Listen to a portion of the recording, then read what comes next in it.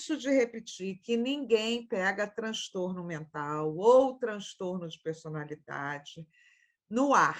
Não é vírus. Não, a gente não pega no ar. A gente vem construindo historicamente os transtornos.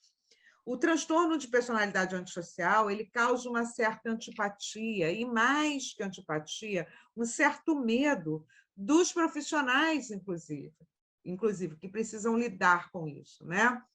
Por quê? As pessoas são frias, muitas vezes capazes de cometerem crimes de verdade, né? O antissocial, ele é capaz de cometer crimes de verdade, pensado, articulado, organizado mentalmente, enfim, eles têm como característica principal essa frieza, né? A frieza. E um dos transtornos que compõe um dos esquemas que compõe esse transtorno é o esquema de arrogo-grandiosidade. Nós sabemos que o esquema de arrogo-grandiosidade pode também estar presente em outras situações, né? Também no transtorno de personalidade narcisista. Mas aqui ele é muito claro. E uma outra coisa que a gente também sabe é que o arrogo-grandiosidade ele vem a reboque, ou seja, ele é um esquema secundário a outros esquemas primários.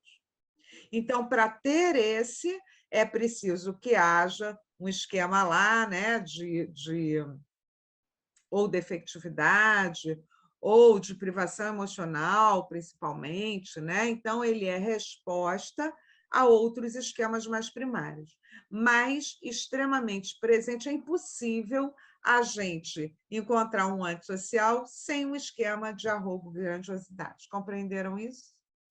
Então, uma outra característica desse esquema é que as pessoas tentam controlar o comportamento de outras pessoas a fim de satisfazer suas próprias necessidades, sem empatia ou preocupação com as outras.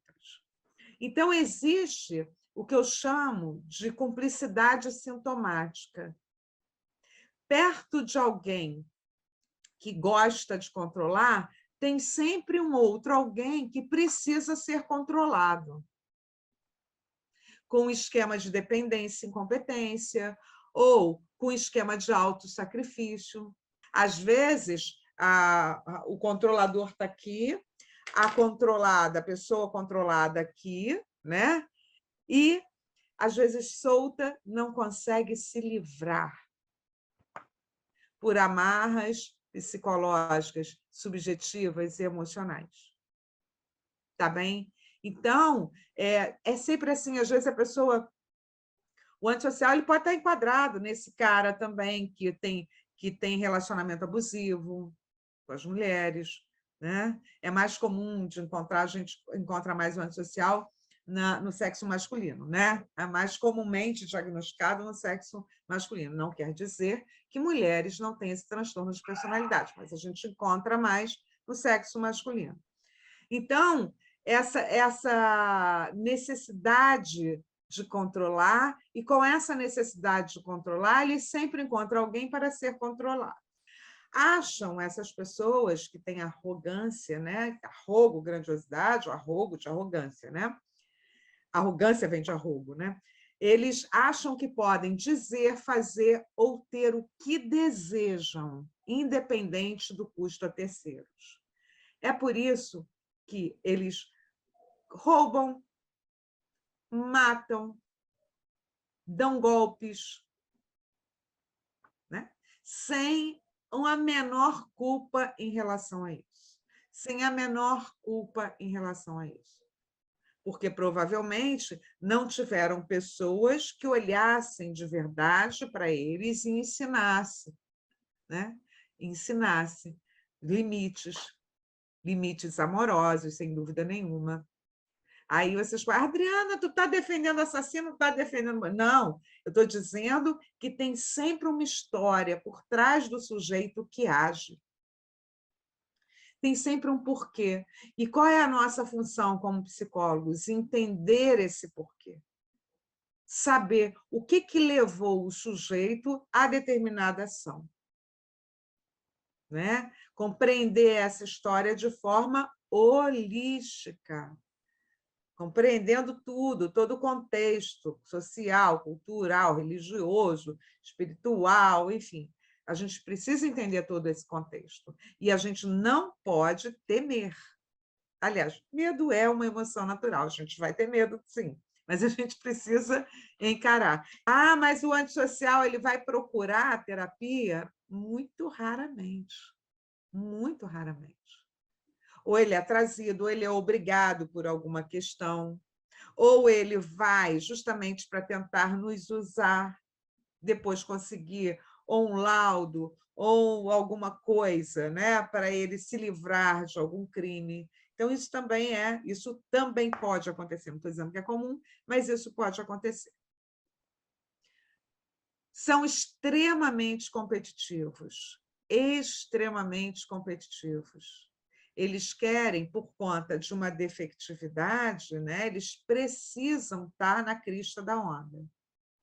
E se precisarem fazer qualquer coisa para eliminar o inimigo ou o concorrente, ele com certeza, ou eles com certeza, farão. Tá bem?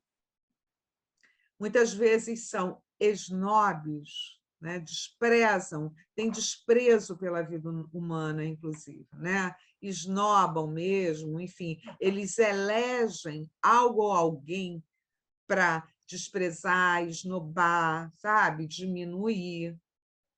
Existem, na verdade, 3 tipos de arrogo, né? Arrogo frágil, arrogo dependente e arrogo puro. Nesse caso aqui, nesse caso do transtorno de personalidade antissocial, o que está em voga é o arrogo frágil. Por que é frágil? Por que é chamado de arrogo frágil? Porque ele é a hipercompensação de esquemas anteriores, como eu disse lá no início da nossa fala. Então, ele é uma hipercompensação, ele é frágil. Não é um arrogo puro, no arrogo puro, o cara é arrogante, pronto e acabou, ele não teve limites, então ele cresceu arrogante por falta de limite, né? Por falta de entendimento, ninguém criou aquela criatura direito. No arrogo dependente é diferente, porque esse arrogante, ele vai, como ele também tem esquema de dependência e competência, ele acha que o outro tem obrigações com ele. Então, são aqueles marmanjos, já com 40 anos, que falam assim, tem mais que me sustentar, né? Ou fulano tem mais que me sustentar, ou aqueles adolescentes já adultos, com 20 anos, não pediu para nascer. Tudo é arrogância. Arrogância. Né? Arrogo dependente. Arrogo dependente. Ah, o outro tem mais do que a minha obrigação de me ajudar, porque afinal. Então, tudo isso é arrogo dependente. Nesse caso do transtorno de personalidade antissocial, a gente está falando de um arrogo frágil. Porque com peteleco o sujeito já pode cair lá na sua defectividade, na sua privação emocional. Eles se comportam como merecedores justamente para hipercompensar sentimentos profundos de defectividade e privação emocional. E aí, qual seria o foco do tratamento? Ah, é nesse arrogo aqui? Não. O foco do tratamento está nos esquemas que são subjacentes. Quais são os esquemas subjacentes? Privação emocional e defectividade. Então, sempre que a gente fala de esquemas secundários, o que a gente precisa focar é no esquema que vai basear esse esquema secundário. E como é que a gente pode... quais são as estratégias de tratamento, né? Quais são as estratégias de tratamento? Primeiro, identificar os esquemas que estão na base, tratar esse esquema, né? Cuidar, falar sobre as vantagens e desvantagens do esquema de arrogo, porque o sujeito, muitas vezes, ele tem os ganhos secundários, né? Então, tem algumas vantagens em ser arrogante. Existem vários níveis, inclusive. Sabe aquele cara assim, que às vezes passa, aquele chefe ou aquele sujeito que parece estar sempre ocupado, ele está sempre no telefone, falando com alguém, falando alto, não fala contigo, passa direto, e trabalho, né? Geralmente isso acontece.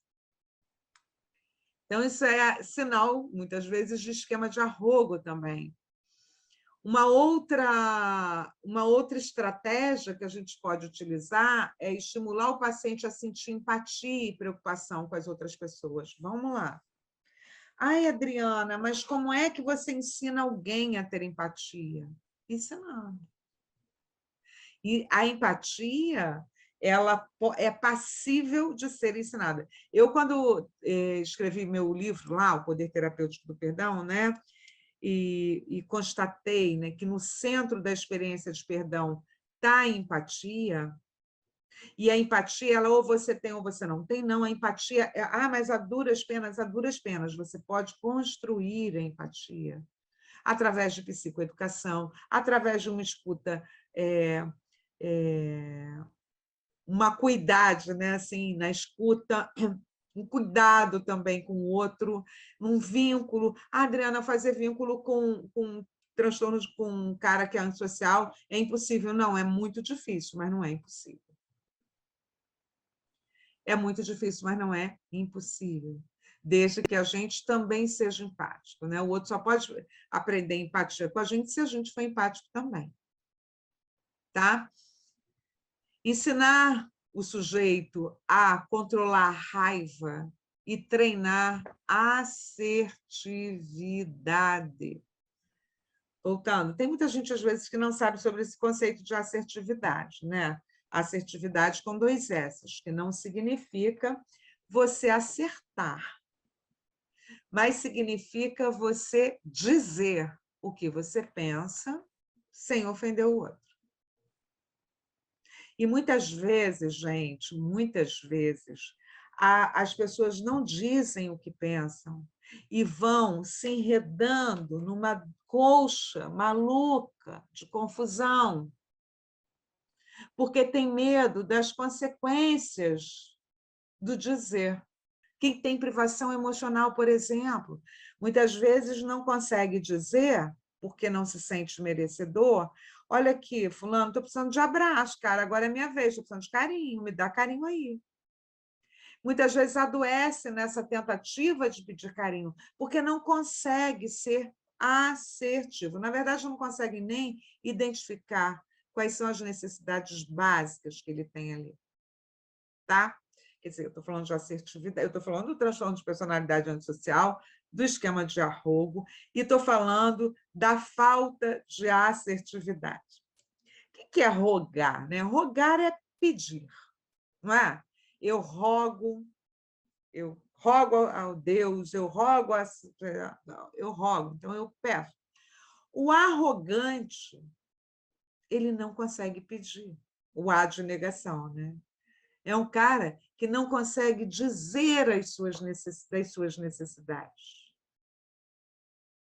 E aí ele controla, machuca, rouba, pega, toma, tortura. Compreende? Porque ele não consegue dizer.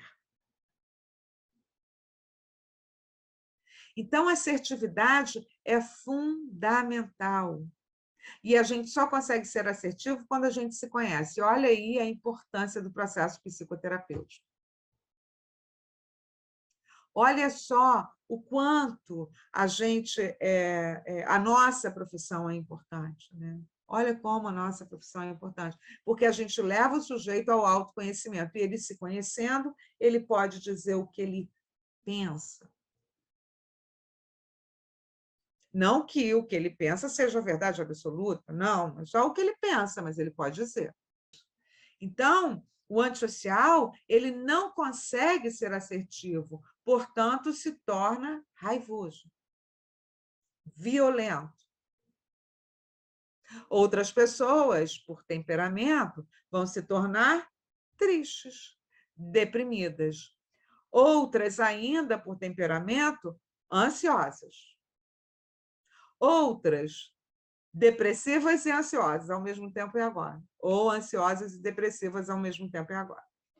Compreendem? Como o treinamento, né, em assertividade é fundamental. O que você sente? Por que não diz? Né? Outra coisa, usar estratégias cognitivas, né, para ajudar o paciente a desenvolver uma visão mais realista de si mesmo. Esses exercícios de autoconhecimento. Por quê? Como ele hipercompensa, né, ele tenta se anestesiar daquilo que causa a sua arrogância. Então, a gente tem que ter estratégias. Essa conversação toda que a gente tem em consultório é para isso. Usar também estratégias vivenciais, né, que eu não utilizo, mas tem muita gente boa por aí que utiliza. Estratégias vivenciais para auxiliar o paciente a reconhecer o comportamento indulgente dos seus pais, que provavelmente os pais foram indulgentes na infância. Né? E essa indulgência é falta de amor, porque quando você é indulgente, você não está olhando para o cara, né? Você está deixando ele fazer o que ele quiser, você não está nem aí. Né? Então, uma outra coisa é fazer a reparação parental, definindo os limites que esse sujeito pode ter. Adriana, é uma tarefa árdua? Super, super árdua. Mas quem disse para vocês que ia ser mole? Não. Rapadura é doce, mas não é mole, não. Né? Rapadura é doce. Tá? Elogiar o paciente quando ele expressar sentimento de empatia em relação às outras pessoas, isso é muito importante. Elogiar. Pô, parabéns, hein? Você pensou no outro. Ah, por exemplo, o sujeito... São pequenas ações, né? Para no meio da vaga para que o outro não encoste no carro dele. Então, ele mata 2 vagas para poder... Né? Porque ele é arrogante, ele é o melhor, ele é o mais importante. E aí, o dia que ele vai estacionar e não mata a vaga, você fala, opa, parabéns, tu deixou a vaga para o seu coleguinha, muito bem, está de parabéns. Esse tipo, e outras coisas mais. Dei um exemplo torpe, cotidiano, de uma coisa que não é o que realmente acontece, né? Assim, mas pensar sobre isso, elogiar sempre que o sujeito pode expressar alguma empatia, algum sentimento em relação às outras pessoas. Uma outra coisa é desestimular a ênfase exagerada dos pacientes, muitas vezes em status ou em outras qualidades superficiais, quando ele julga a si mesmo ou ao outro.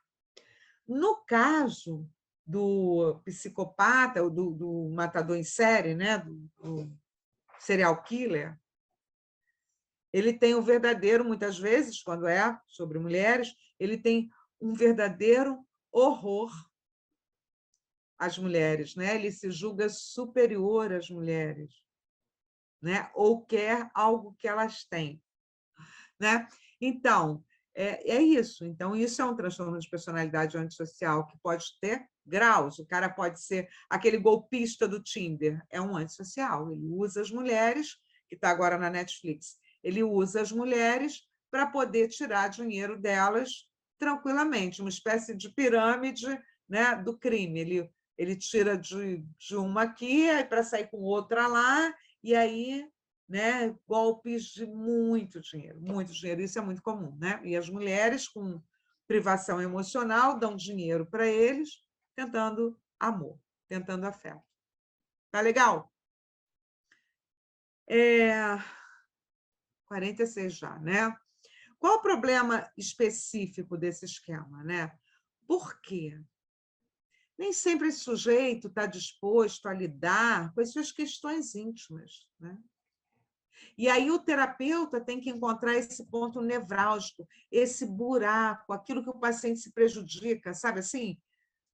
pelo arrogo, grandiosidade, por tudo que ele faz. Então, a gente tem, e para todos os pacientes vale isso, sabe? A gente tem que achar onde é que está o buraco, para a gente ir lá tangenciar, e não é para fechar buraco de ninguém, na verdade, a gente enfeita o buraco dessas pessoas, a gente ajuda nesse enfeitamento.